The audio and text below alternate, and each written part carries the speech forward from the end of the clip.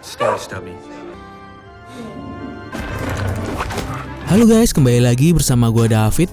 Kali ini gue akan merangkum alur film yang berjudul Stubby and American Hero.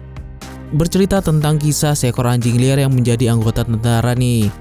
Bahkan anjing yang bernama Stubby itu pun ikut berperang dan banyak menolong anggota tentara yang lain. Mau tahu kisah selanjutnya? Oke, langsung saja kita ke alur ceritanya. Film berawal di Prancis pada tahun 1918 di mana ada seekor anjing bernama Stubby sedang berlatih di tengah perang untuk menolong seseorang tentara yang terluka. Kemudian scene beralih pada 6 bulan sebelumnya, di mana Stubby masih menjadi seekor anjing liar nih. Di sana ia berusaha mencari makanan di toko penjual daging. Saat ia sedang mencari makanan dalam tempat sampah, keluar seorang pegawai toko dan mengusirnya nih. Lalu pegawai itu pun melemparinya sebuah tulang yang malah membuatnya menjadi senang. Namun saat ia membawanya, tulang tersebut malah jatuh entah kemana. Bertepatan dengan itu, ada anggota militer yang sedang melintas menuju pangkalan. Hingga salah satu pasukan yang bernama Stubby lalu memberikan makanannya. Anggota militer itu ialah Robert Conroy, salah satu anggota angkatan militer muda yang kali itu sedang mengikuti latihan untuk membantu perang dunia yang sedang terjadi nih. But they were happy to know that we were coming to help. Singkat cerita, kemudian Stubby mengikuti mereka sampai ke pangkalan. Tapi sayangnya ia tidak diizinkan untuk masuk. Namun ia tidak menyerah begitu saja. Stubby lalu mencari jalan masuk lain, hingga akhirnya berhasil masuk ke dalam pangkalan militer.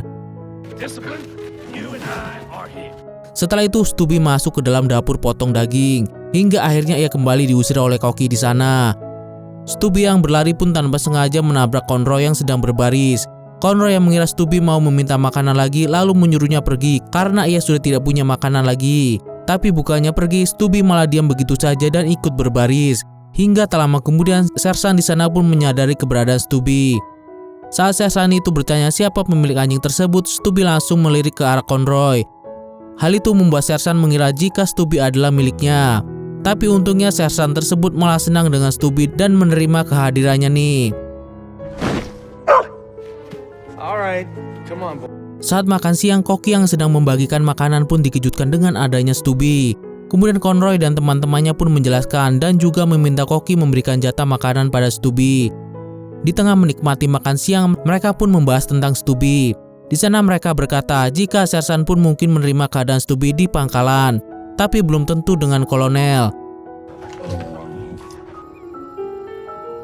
Pada malam harinya, Stubby yang masih mengikuti Conroy dan tidur di dekatnya. Hingga keesokan harinya, sersan membangunkan para pasukan untuk kembali berlatih. Di sana juga ada Stubby yang turut mengikuti semua latihan yang ada di sana dengan penuh semangat. Hey boy, go fetch it. Thank you, Sergeant. Selesai latihan, sersan berkata kalau selama latihan berlangsung, para tentara kalah jauh dengan Stubby. Hal itu dikatakan sersan untuk dapat membangkitkan semangat pasukannya lagi agar tidak kalah dengan seekor anjing. Selanjutnya, sebelum tidur, teman-teman Conroy nampak khawatir kalau nanti Stubby tidak terima oleh kolonel. Tapi hal itu tidak menurunkan tekad Conroy untuk merawat Stubby. Dan pada malam itulah Conroy memberi nama anjing itu dengan sebutan Stubby. Singkat cerita, pada saat latihan berikutnya mereka kedatangan kolonel. Saat apel berlangsung, para pasukan mengira jika kolonel akan mengusir Stubby.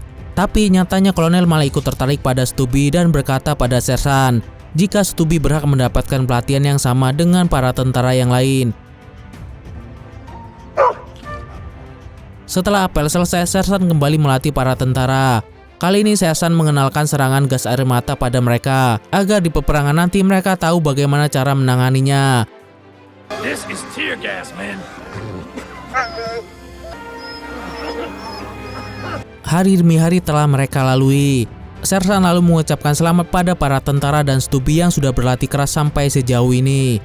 Di sore harinya, para tentara kembali apel dan diberi pengumuman oleh kolonel. Di sana mereka diberitahu jika sebentar lagi mereka akan dikirim ke Prancis untuk melakukan perang sesungguhnya. Para pasukan diberi nama Divisi Yankee. Ini akan bertugas sebagai sekutu Prancis melawan Jerman. Hal itu lantas membuat Conroy sangat sedih karena harus meninggalkan Stubby yang telah menemaninya berlatih selama ini. Tapi mau tidak mau ia memang harus meninggalkan Stubby.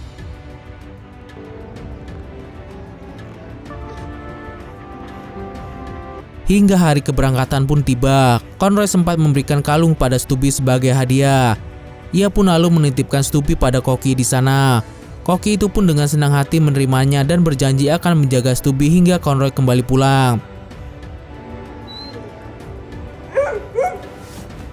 Melihat Conroy yang pergi meninggalkan dirinya, Stubby lalu berusaha untuk melepaskan ikatan tali tubuhnya.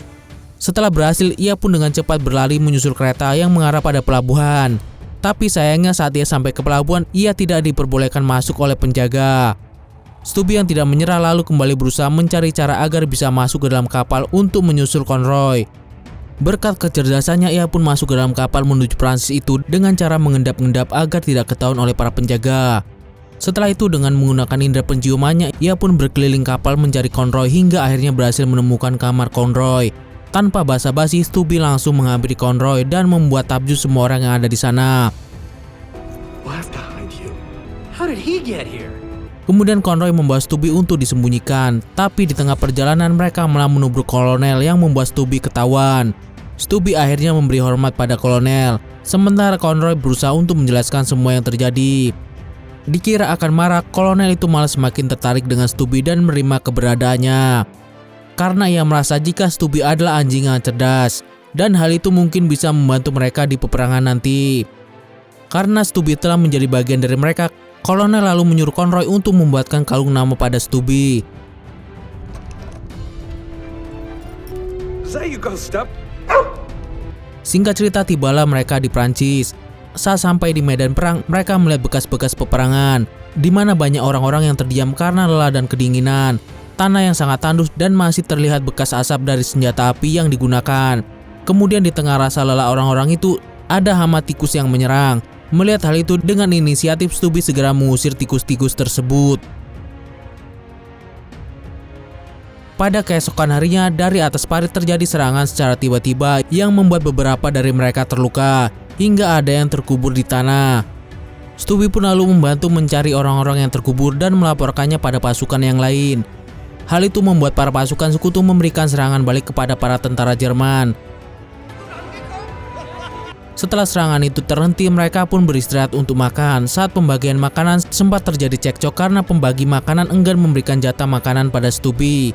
Di sana Conroy pun menjelaskan jika Stubby adalah bagian dari tentara juga dan berhak mendapatkan makanan. Setelah pertengkaran tersebut, Conroy ditemui oleh kolonel Prancis yang bernama Gaston, yang mengajaknya bekerja sama dalam tugas pengintaian ke markas tentara Jerman. Namun sebelum itu Gaston mengajaknya ke markas Prancis terlebih dahulu. Di perjalanan, Conroy dan kawan-kawan melihat sebuah tempat di mana banyak rumah-rumah yang sudah hancur.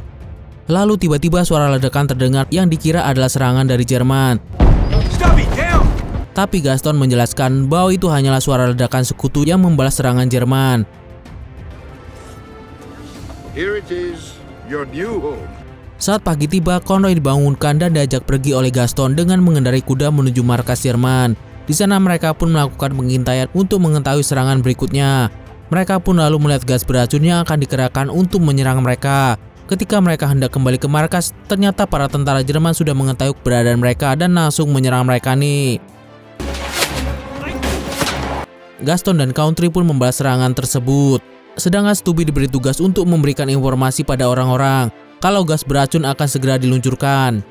Dengan cepat Stubby langsung berlari dan memberikan informasi tersebut pada orang-orang yang berada di parit agar segera melakukan pertahanan serangan gas yang sedang diluncurkan oleh tentara Jerman. Tak hanya itu, Stubby pun berkeliling rumah sekitar yang terkena dampak dari serangan gas tersebut. Stubby mengisyaratkan kepada mereka untuk mengeluarkan masker dan menutup rumahnya rapat-rapat.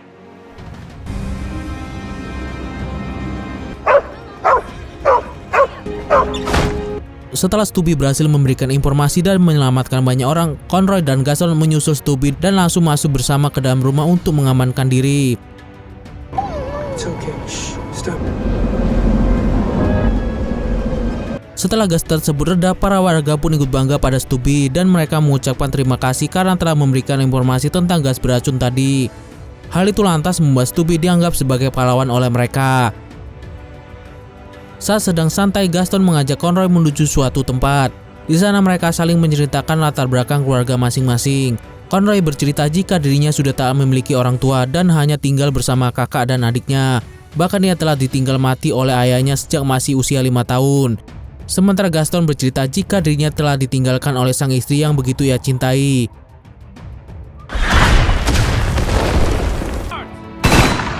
Singkat cerita, peperangan kembali berlangsung dan membuat beberapa orang terluka. Di sana Stubby nampak berlari mencari orang-orang yang masih bisa diselamatkan. Ia pun lalu menemukan orang yang sudah tidak berdaya dan berhasil menyelamatkan orang itu dengan memanggil pasukan lain agar segera mendapatkan pertolongan medis. Berkat segala perjuangan yang sudah dilakukan Stubby, ia mendapat berbagai ucapan terima kasih tak terhingga dari orang-orang.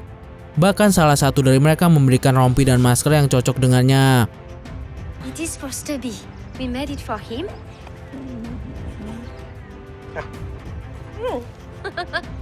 And one for all.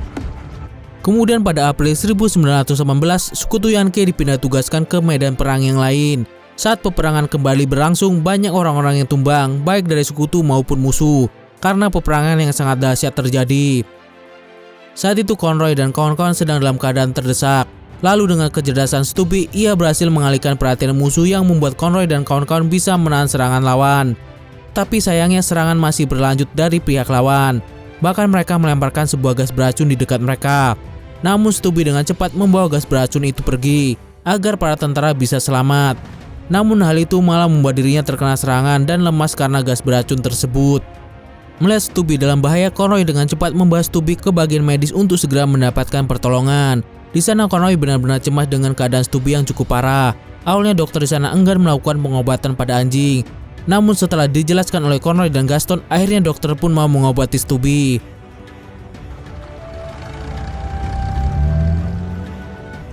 Right, Stubby? Waktu demi waktu peperangan masih berlangsung. Conroy masih terus menghadapi perang tersebut tanpa Stubby. Melihat hal itu, Gaston berusaha menenangkan Conroy dan menyuruhnya untuk jangan khawatir berlebihan, karena semua akan baik-baik saja. Tapi di sisi lain ternyata divisi Yankee telah terdesak dan menjadi incaran pasukan Jerman. Hal itu lantas membuat Conroy menjadi kesal dan sangat tidak sabar untuk segera menyerang pasukan Jerman. Kondisi ini benar-benar sangat mengkhawatirkan. Sekutu divisi Yankee sangat diincar karena telah berperan besar dalam melawan Jerman sampai harus menjadi tujuan utama penyerangan dari pihak Jerman. Kemudian Gaston mengajak Conroy untuk segera pergi karena kondisi sudah tidak memungkinkan lagi. Conroy pun bersedih lagi karena harus ditinggalkan oleh sahabatnya. Namun seiring berjalannya waktu, divisi Yankee akhirnya bisa memukul mundur pasukan Jerman. Dan karena kondisi sudah lebih baik, di suatu malam Conroy menulis surat untuk kakaknya. Di sana ia menceritakan segala hal yang telah ia alami selama menjalani perangnya di Prancis. His two best friends gone. Hingga suatu hari Conroy terkena penyakit pandemi flu yang terkenal mematikan dan mudah menular. Di waktu bersamaan, Stubby yang sudah sehat pergi mencari Conroy, tapi yang ia temukan hanya pasukan Jerman. Stubby pun terus berlari sekuat tenaga sampai akhirnya ia bertemu dengan Conroy. Conroy yang sudah kembali melihat Stubby akhirnya menjadi lebih bersemangat. Setelah beberapa bulan, Conroy dan Stubby pun dikirim ke Paris. Setibanya di sana, mereka bersantai-santai dan menikmati keindahan alam di sana, sebelum mereka kembali melakukan misi berikutnya. Awalnya orang-orang Prancis sempat mencurigai orang Amerika, tapi saat musim gugur pada 1918 mereka kini menghormati orang Amerika. Thank you very much. I see. Pada September 1918, Jerman menyatakan akan mundur dan segera menandatangani gencatan senjata. Namun sebelum titik perang berakhir, Stubby mencurigai seseorang, hingga ia pun menggigit orang tersebut, yang ternyata adalah mata-mata Jerman. Hal itu lantas menimbulkan perkelahian di antara mereka. Tapi untungnya saja Conroy tiba bersama teman-teman menolong Stubby yang hampir dibunuh. Setelah kejadian itu, Stubby dan Conroy diberi penghargaan atas perjuangan mereka. Stubby mendapat gelar sersan dan Conroy mendapat kopral. Di sana Gaston juga terlihat sangat bangga melihat mereka telah berhasil. Bahkan sekarang berita mereka pun sampai di media koran.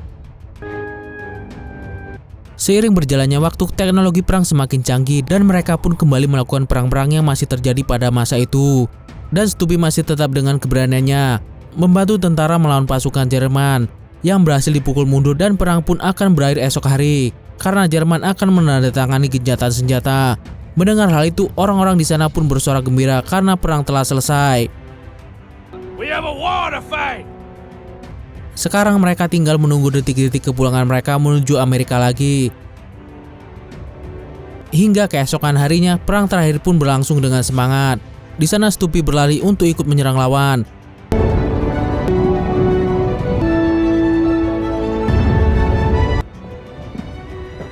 Di ujung peperangan nampak mereka saling berhadapan-hadapan sambil menodongkan pistol, hingga akhirnya mereka mendengar sebuah isyarat kalau perang telah usai. Tapi di sisi lain, salah satu teman mereka harus gugur dalam perang tersebut dan membuat mereka bersedih atas kepergiannya. Kemudian mereka pun saling berpamitan.